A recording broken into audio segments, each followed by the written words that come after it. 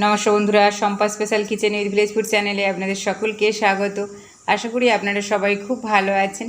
আবারও আমি আজকে চলে এসেছি বেশ কিছু গুরুত্বপূর্ণ টিপস নিয়ে। বন্ধুরা, আমরা গৃহিণীরা তো সারাক্ষণ সংসারের কাজ করতেই থাকি, একটার পর একটা কাজ যেন লেগেই থাকে, কোনো রকমভাবে নিজেদের জন্য একটুকু সময় বের করতে পারি না। কিন্তু না বন্ধুরা, এই সংসারের কাজগুলো যদি আমরা ছোট্ট ছোট্ট টিপসের সাহায্যে করে থাকি, তাহলে দেখা যাবে কাজগুলো যেমন আমাদের খুব তাড়াতাড়ি হয়ে যাচ্ছে, আর সেই সঙ্গে আমরা নিজেদের জন্যও একটু সময় বাঁচাতে পারছি। তাহলে চলুন বন্ধুরা, ভিডিওটি শেষ পর্যন্ত দেখে নেওয়া যাক। আর এই ধরনের নতুন নতুন ভিডিও পেতে আমার এই চ্যানেলটিকে সাবস্ক্রাইব করবেন, লাইক করবেন, আর বন্ধুদের সাথে অনেক অনেক শেয়ার করবেন। আর যে সকল বন্ধুরা আমার এই চ্যানেলে নতুন, তাদেরকে আমার একটাই অনুরোধ, চ্যানেলটিকে সাবস্ক্রাইব করে পাশে থাকবেন। আর ভিডিও ভালো লাগলে অবশ্যই একটা লাইক করে দেবেন। বন্ধুরা, আমরা গৃহিণীরা তো রান্নাঘরের খুঁটিনাটি কাজ সারাক্ষণ করতেই থাকি, কিন্তু এই রান্নাঘরে থাকা কয়েকটি উপকরণ দিয়ে খুব সহজেই আমরা আমাদের স্কিন কেয়ার করে নিতে পারি, সেটা কি আমরা জানি? এখানে আমি এক টুকরো লেবু নিয়েছি, আর নিচ্ছি 1 চামচ চিনি। চিনিটাকে আমি লেবু রসের মধ্যে ভালো করে ডুবিয়ে নেব। দেখতেই পাচ্ছেন আমি কিভাবে লেবুটা চারিদিক দিয়ে চেপে চেপে রসটা বের করে নিলাম। এবার এই লেবুটা আমি হাতের মধ্যে ভালো করে ঘষে নেব। দেখুন, হাতটা আমি ভিজিয়ে নিয়েছি, এবার আমি হাতের মধ্যে ভালো করে ঘষে নেব। দেখুন আমার হাতটা কীরকম ছিল আর কীরকম হয়ে যাচ্ছে। অল্প কয়েক সেকেন্ড ঘষা মাত্রই হাতটা একদম পরিষ্কার হয়ে যাবে, আর যে সমস্ত ট্যান পড়েছিল সেগুলো সব একদম রিমুভ হয়ে যাবে, আর আমাদের হাতটা থাকবে সুন্দর কোমল আর নরম। দেখুন আমি দু হাতে একসাথেই করছি। এইভাবে যদি আমরা আমাদের সুন্দর হাত দুটোর যত্ন নিই, তাহলে দেখা যাবে আমাদের হাতটা অনেক ভালো রয়েছে, আর কোনো রকমভাবে কোনো ব্যথা কিংবা কোনো রকম অনেক সময় হয় কি কিছু কিছু জায়গায় ব্যথা ফুসকুড়ি হয়, সেগুলোও হবে না। আর দেখুন আমার হাতটা কত সুন্দর চকচক করছে। আমি জলের মধ্যে ভালো করে ধুয়ে নিয়েছি, নিয়ে আপনাদের দেখাচ্ছি। আমার হাতটা কিন্তু একদম চকচক করছে। দেখুন এবার আমি এই হাতের মধ্যে নেল পালিশ করে আপনাদের দেখাবো। বন্ধুরা, অনেক সময় হয় কি নেল পালিশ পরতে গেলে হাতের মধ্যে লেগে যায়, কিন্তু আমরা যদি আঙুলের মধ্যে একটু নারিকেল তেল লাগিয়ে নিই, তাহলে দেখা যাবে যত খুশি আমরা নেল পলিশটাকে চাপা দিই না কেন, কোনো রকমভাবে আঙুলের মধ্যে আর লেগে যাচ্ছে না। দেখুন এখানে আমি আপনাদের লাইভ দেখাচ্ছি। আমি এখানে হাতের মধ্যে নেল পলিশ পরে নিচ্ছি।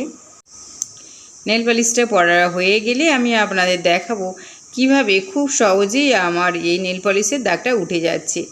বন্ধুরা, অনেক সময় হয় কি ফ্যান যেহেতু চলে, আর এই ফ্যানের সামনে তো আর এই নেল পলিশটাকে নিয়ে যাওয়া যায় না। আমি এইভাবে সব আঙুলে নেল পলিশটা ভালো করে লাগিয়ে নেব। বন্ধুরা, আমি এখন নেল পলিশটা ভালো করে লাগিয়ে নিচ্ছি।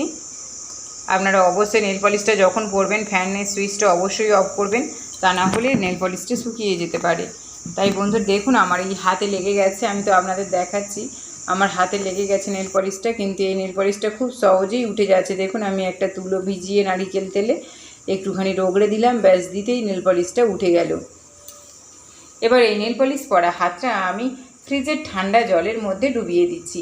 এর ফলে দেখা যাবে যে আর কোনো রকমভাবে নেল পলিশটা ঘেঁটে যাচ্ছে না, আর খুব সহজেই আমরা এই নেল পলিশটা পরে বাইরে বেরিয়ে পড়তে পারছি। বন্ধুরা, এই রকম সাবান তো আমাদের সকলেরই বাড়িতে আসে, আর এই সাবানের প্যাকেটগুলো খুব সুন্দর গন্ধ থাকে, যে কারণে এই সাবানের প্যাকেটগুলো ফেলে না দিয়ে এই প্যাকেটগুলোকে আমরা আরও অনেক কাজে লাগাতে পারি। যেমন দেখুন বন্ধুরা, এখানে আমি আপনাদের দেখাচ্ছি আমি যে একটা সাবানের প্যাকেট নিয়েছি, আর এই সাবানের প্যাকেটটা আমি কি করব সেটা আমি আপনাদের এখনই দেখিয়ে দিচ্ছি। এখানে আমি একটা ন্যাপথলিন নিয়েছি, আর এই ন্যাপথলিনটা আমি এখন একটা কাগজের মধ্যে নিয়ে ভালো করে গুঁড়ো করে নেব। বন্ধুরা, এই ন্যাপথলিনটা যদি আমি এমনি গুঁড়ো করতে যাই তাহলে চারিদিকে আমার ছড়িয়ে ছিটিয়ে পড়বে, কিন্তু যদি আমি কাগজের মধ্যে নিয়ে গুঁড়ো করি তাহলে কাগজের মধ্যেই থেকে যাবে। এবার দেখুন ডবল সাইডের টেপটা আমি সাবানের বাক্সের একদিকে লাগিয়ে দিলাম। এবার দেখুন অন্য মুখটা খোলা রয়েছে। এবার যে ন্যাপথলিনটা গুঁড়ো করে রেখেছিলাম সেটা আমি সাবানের প্যাকেটের মধ্যে দিয়ে দিচ্ছি।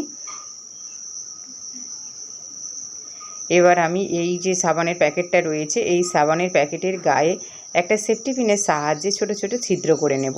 এর ফলে কি হবে না, ন্যাপথলিনের যে গন্ধটা রয়েছে সেটা চারিদিকে ছড়িয়ে পড়বে, আর পোকামাকড় কোনো কিছুই আমাদের বেশি উপদ্রব করবে না। যেখানেই রাখি না কেন, কিচেনের মধ্যেও যদি রাখি তাহলে পোকামাকড় আসবে না। আর আমরা যদি এটাকে বাথরুমে হ্যাং করে রাখি তাহলেও দেখা যাবে যে বাথরুমে একটা ভালো একটা সুন্দর গন্ধ বের হচ্ছে। বাজে গন্ধটা দেখা যাবে এই ন্যাপথলিন অ্যাবজর্ব করে নিয়েছে। আবার আমি একটি ডবল সাইডের টেপ কেটে নিচ্ছি, নিয়ে আমি এটাকে লাগিয়ে দিচ্ছি সাবানের প্যাকেটের গায়ে। এবার উপর থেকে আমি কাগজটা উঠিয়ে দিচ্ছি। এবার এই সাবানের প্যাকেটটা নিয়ে আমি দেয়ালে হ্যাং করে দিচ্ছি।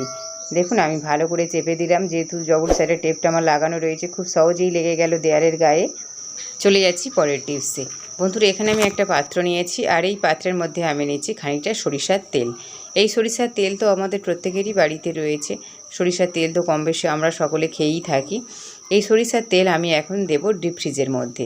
বন্ধুরা, এই ডিপ ফ্রিজের মধ্যে আমরা মাছ, মাংস কিংবা বরফের প্যাড যখন রেখে দিই, দেখা যায় যে বরফ জমার কারণে কোনো মতেই সেটাকে তোলা যায় না, খুব অসুবিধা হয়। তাড়াহুড়োর সময়ে কিছুতেই আমরা ওই যে মাছ মাংসটা রেখে দিই সেটা আমরা কিছুতেই তুলতে পারি না। কিন্তু এইভাবে যদি আমরা একটা কাপড়ের মধ্যে সরিষার তেল লাগিয়ে ডিপ ফ্রিজের চারিদিকে লাগিয়ে দিই, তাহলে দেখা যাবে খুব সহজেই আমাদের যে মাছ মাংস কিংবা যা কিছু রাখি না কেন খুব সহজেই উঠে আসছে। দেখুন আমার ডিপ ফ্রিজের মধ্যে লাগানো হয়ে গেছে। এবার আমি এই যে প্যাডটা খাচ্ছি, বরফের প্যাডের পিছনে আমি খানিকটা সরিষার তেল লাগিয়ে দিচ্ছি। এর ফলে কি হবে না, বরফের প্যাডের মধ্যে যখন বরফ জমে যাবে, আর বরফটা যখনই আমাদের দরকার হবে, খুব সহজেই আমরা ফ্রিজ থেকে বরফের প্যাডটা বের করে নিয়ে বরফটা কাজে লাগিয়ে দিতে পারবো। দেখুন আমি সরিষার তেল লাগিয়ে নিলাম। এইভাবে যদি আপনারা সরিষার তেল লাগিয়ে দেন তাহলে ফ্রিজের মধ্যে বরফ কম জমবে, আর খুব সহজেই আপনারা আপনাদের কাজগুলো করে নিতে পারবেন, আর যে কোনো জিনিস খুব সহজেই বের করে নিতে পারবেন। আর এর ফলে আমাদের কারেন্টের বিলও অনেকটা কম আসবে। চলে যাচ্ছি পরের টিপসে। বন্ধুরা, এইরকম দামি দামি ব্লাউজ যখন আমরা ব্যবহার করি, বেশ কিছুদিন ব্যবহার করার পর দেখা যায় যে বগলের কাছে ঘাম জমে ওই জায়গাটা হালকা ফিকে হয়ে গেছে, আর কোনো রকমভাবে পরে বাইরে বের হওয়া যাচ্ছে না। কিন্তু বন্ধুরা, যদি আমরা একটা ছোট্ট টিপস সেখানে অবলম্বন করি, তাহলে দেখা যাবে আমাদের ব্লাউজটা পুরো একদম একই রকম রয়েছে, কোনো রকমভাবে ঘামে ভিজে আর ব্লাউজটা নষ্ট হচ্ছে না। এখানে আমি একটা প্যাড নিয়েছি। বন্ধুরা, এই প্যাড তো আমাদের প্রত্যেকেরই বাড়িতে রয়েছে, আর আমাদের এটা খুব কাজেই লাগে। বন্ধুরা, এই প্যাড আমি এখানে একটা নিয়ে নিলাম। এবার আমি এটাকে মাঝখান থেকে কাঁচির সাহায্যে কেটে নেব। এইভাবে আমি দুটুকরো করে কেটে নিচ্ছি। আর এর যে কাগজের যে আঠাটা রয়েছে, এটা আমার এখানে খুব কাজে লাগবে। দেখুন আমি ব্লাউজের যে বগলটা যে জায়গায় রয়েছে সেই জায়গাটা আমি ঠিক করে নিলাম। এবার আমি আঠার কাগজটা উঠিয়ে দিলাম, দিয়ে আমি এবার এটাকে ভালো করে লাগিয়ে নিচ্ছি বগলের মধ্যে। দেখুন এইভাবে যদি আপনারা ব্লাউজের মধ্যে প্যাড একটু লাগিয়ে বাইরে বের হন পরে, তাহলে দেখবেন আর ঘামটা কোনো রকমভাবে আর ব্লাউজ ভিজিয়ে দিচ্ছে না, আর যে এক্সট্রা যে ঘামটা হচ্ছে সেটা এই যে প্যাডটা রয়েছে এই প্যাড অ্যাবজর্ব করে নেবে। দেখুন আমি কত সুন্দরভাবে লাগিয়ে দিলাম। এবার এই ব্লাউজটা পরে আমরা যেখানে খুশি বেরিয়ে যেতে পারি, আর কোনো রকমভাবে আমাদের ব্লাউজের বগলটা নষ্ট হবে না। ভিডিওটি ভালো লাগলে একটা লাইক করে দেবেন, আর সেই সঙ্গে সাবস্ক্রাইব করতে একদমই ভুলবেন না। ভিডিওটি শেষ পর্যন্ত দেখার জন্য ধন্যবাদ।